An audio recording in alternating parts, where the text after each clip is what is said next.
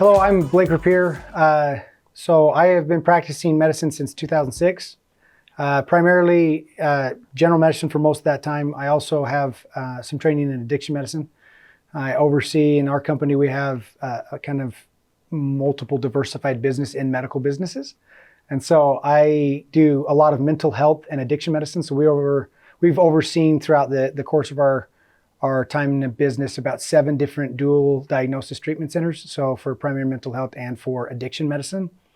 So I do quite a bit of addiction medicine, mental health, and then we do general medicine. And that's kind of the branch that I oversee are those types of things. Like I said, I've been practicing since 2006, married for the last 23 years with 5 boys. My name's Josh Arnold. I'm a physician assistant. I've been working in family medicine for 25 years now. In our clinic, we do multi-modalities. I mainly work with family practice as well as doing aesthetics, where I do cosmetic injections. I also work with some addiction, and I also work with mental health in the clinic that I'm at. I have an awesome family. I got 4 beautiful daughters. I've got 2 that have been on Professional Dancing with the Stars show. I've got 1 that's going to be on this year. It's awesome. All right, so Blake, quick question for you. What are your thoughts on hydration and the importance of hydration for us as individuals? Well, hydration is way more important in the human body than most people understand, as you well know, Josh. But one of the characteristics of hydration that a lot of people don't understand is that there's a part of our brain that cannot differentiate or distinguish between mild hunger and mild dehydration. So that's actually like why we get the munchies when we're technically a little dehydrated, right? The other thing that's interesting is because of the caffeine intake in the United States, most of us are mildly dehydrated. So we can't distinguish between sometimes when we need to hydrate and then sometimes when we have the munchies and we're hungry. I have patients where I'll tell them to drink a full bottle of water before they eat, and then they're not hungry anymore, right? So that's one aspect to hydration that's kind of interesting. Well, what would you say like the symptoms of like dehydration are though? Like, so, because you mentioned how you say that a lot of us in the United States are dehydrated. What would be symptoms of dehydration? So that's interesting too, because one is headaches can happen. We get shaky. Sometimes we stop sweating, right? Dry mouth, all those things can happen to us. Decreased urine output obviously is more severe, but that's where we see that kind of interesting thing where we're getting shaky and like a little mild tension headache, and we think, oh, I need to eat something.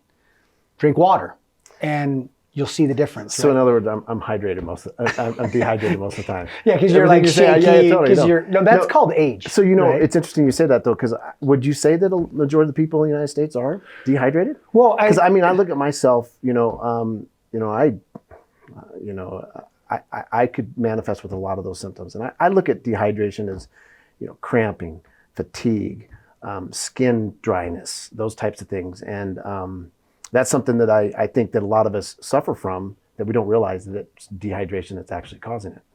What would you say? So talk more about skin and dehydration. Well, skin in and of itself needs fluid to be healthy.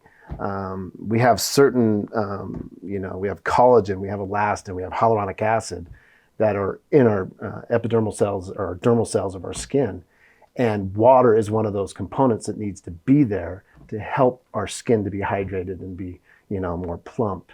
And it can also affect, dryness of our skin, which can help with a lot of the fine lines, wrinkles that sometimes we maybe struggle with as we get older, or even as we get more younger because of dehydration. So that's one thing that I think is really important to understand, is it's not just because when I think dehydrated, I think cramping. That's the first word that comes to my mind is cramp. I'm cramping, hydration. But it's not just that. I think there's a lot more to hydration than we think.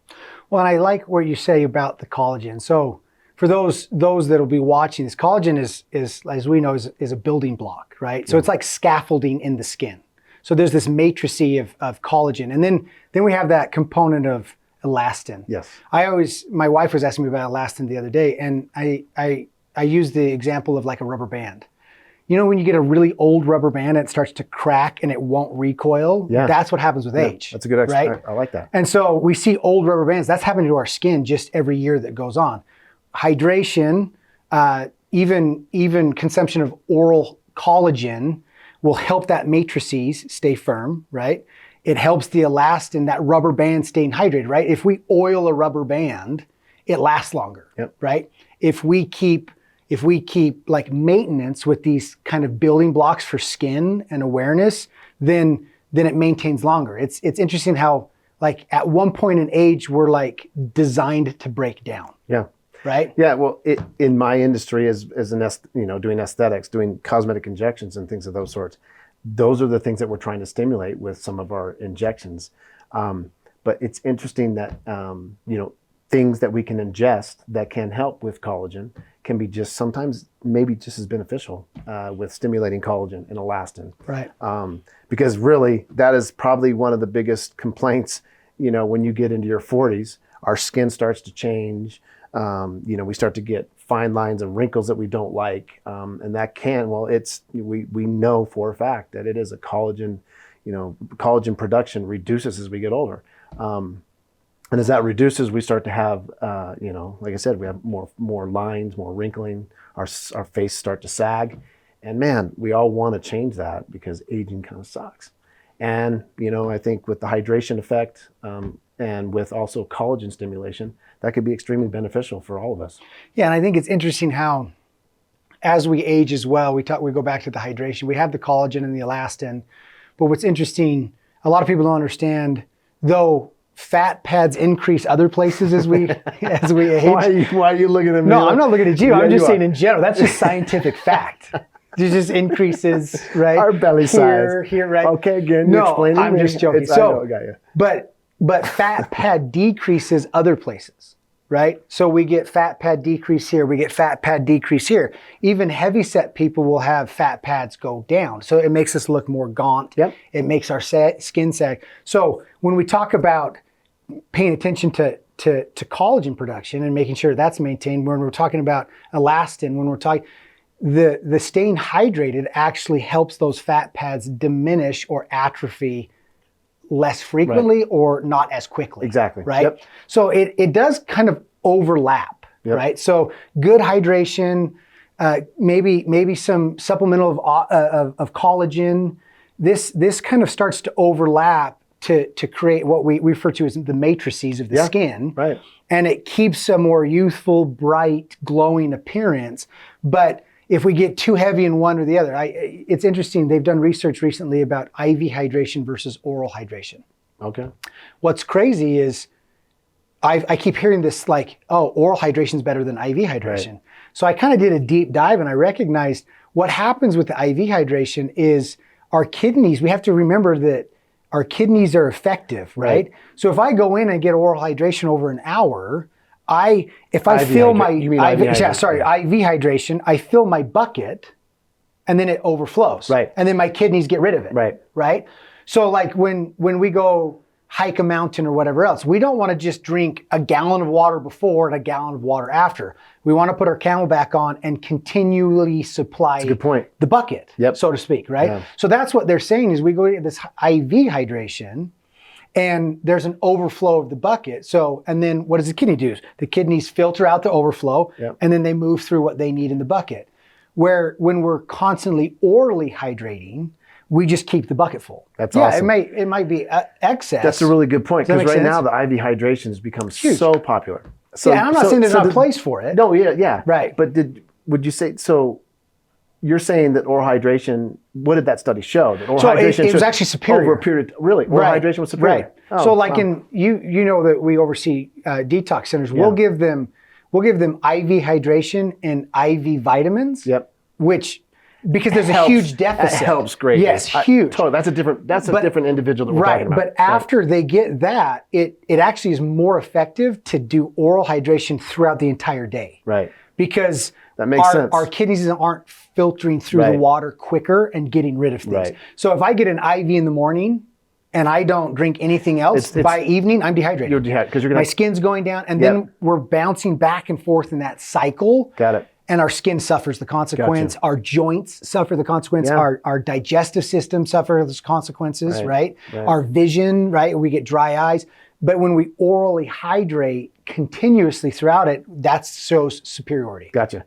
So let me ask you this then. So would you say that, so would it be a good idea if someone were to be supplementing and taking supplementation, would it be a good idea to have a hydration that's effective for hydration and then also a collagen in combination to help benefit your health or skin or joints or muscle mass? What would you say on that? Yeah, I think we recognize collagen is not just skin. Yeah. It goes into joints. It goes into muscle. It goes into muscle building. Right. Yep. That type of thing. And so obviously supplementing that does benefit the body, right? And a combination of oral hydration and supplementation always is beneficial. Right. Yep. Especially in different patient populations as we age. Obviously, super active people. Obviously, right. People that even have been really ill. Obviously, right. But then there's the preventative, right? And so preventative also goes a long way. So the person that's really good at hydrating and using collagen before a marathon, they do better in the marathon, right?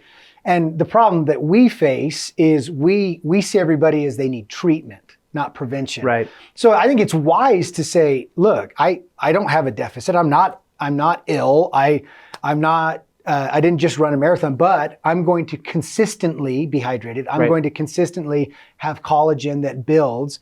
And then we get this preventative effect that goes a long way. So starting young is probably a good idea. Sure. Sometimes when we get into our 50s and 60s, when we start to see the effects That's when of we maybe work. the lack of collagen or the lack of, hydration that we're not doing in our system, it's like, I don't want to say it's too late, but preventative sounds like it's a good idea to start as young as you can with hydration and taking collagen supplementation to kind of help with maybe future issues that you may deal with. I think it's like exercise. Someone doesn't ever exercise until they get into their 50s, and now, you're kind of behind the curve a little bit, and you got to work harder to get there. Your body goes through more of an adjustment, right? Treatment always requires more adjustment than prevention does. Well, that's kind of what goes back to in our field with the addiction. We're treating some aggressive, sick people. Very aggressive. Whereas when you have typically healthy individuals, we got to go. It's prevention. That's what it's all about. So. Okay, so Blake, let's talk about hydration. We talk about water, just straight water. A lot of us are carrying around big jugs of water. Before, you go to the gym. Yeah, my wife has 200 trillion Stanley cups. Yeah, hey, dude, those are legit. I go in my basement and I'm climbing through Stanley Hey, those are worth a lot of money now. They're not worth a lot of money in my basement. Yeah, they're worth a lot of money somewhere else. But carrying jugs, just straight water. We know that guy in the gym that's got the big gallon of water. Yeah. And why are they typically doing that? Obviously, it's hydration too. It's also, I strongly feel, it's great for fullness, like you mentioned, how it can help with hunger and helping with weight loss. But what are your thoughts on supplementation, sodium, potassium, chloride? Sure. Those types of things that are in, a lot of our Gatorades or in our supplements that we can take. What are your thoughts on that? Do you think there is an importance with supplements other than just straight water when it comes to hydration? Well, and yeah, of course. I think when we leach, we don't just leach water, right? When we exercise, so it's interesting. I got a funny story on that one. Okay, go. What happens to your hat when you exercise? It's looser. No, it's wet, and then it has this nice little stain. What's that on there? Oh, the salt stain. Yes. Yeah, I got a story about that. Okay, but no. So one of the things that I think what we don't understand when we leach. So I know this is going to be super sciencey for just a second.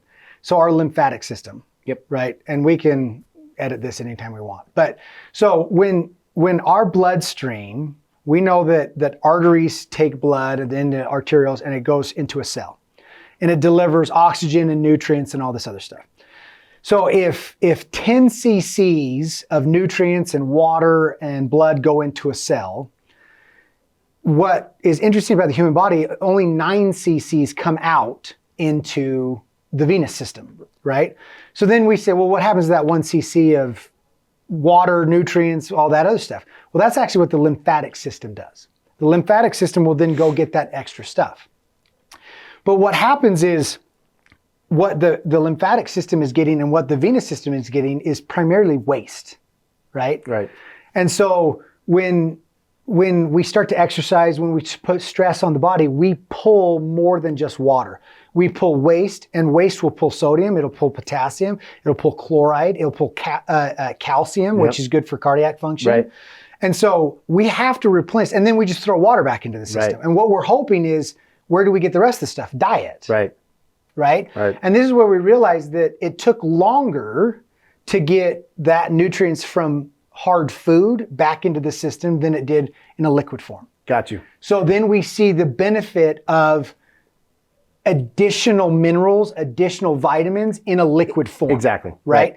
It's absorbed faster, it gets to the cell quicker, right? And so when we talk about hydration, yes, primarily water is the key, but when we add some of these other components to it, the recovery is quicker.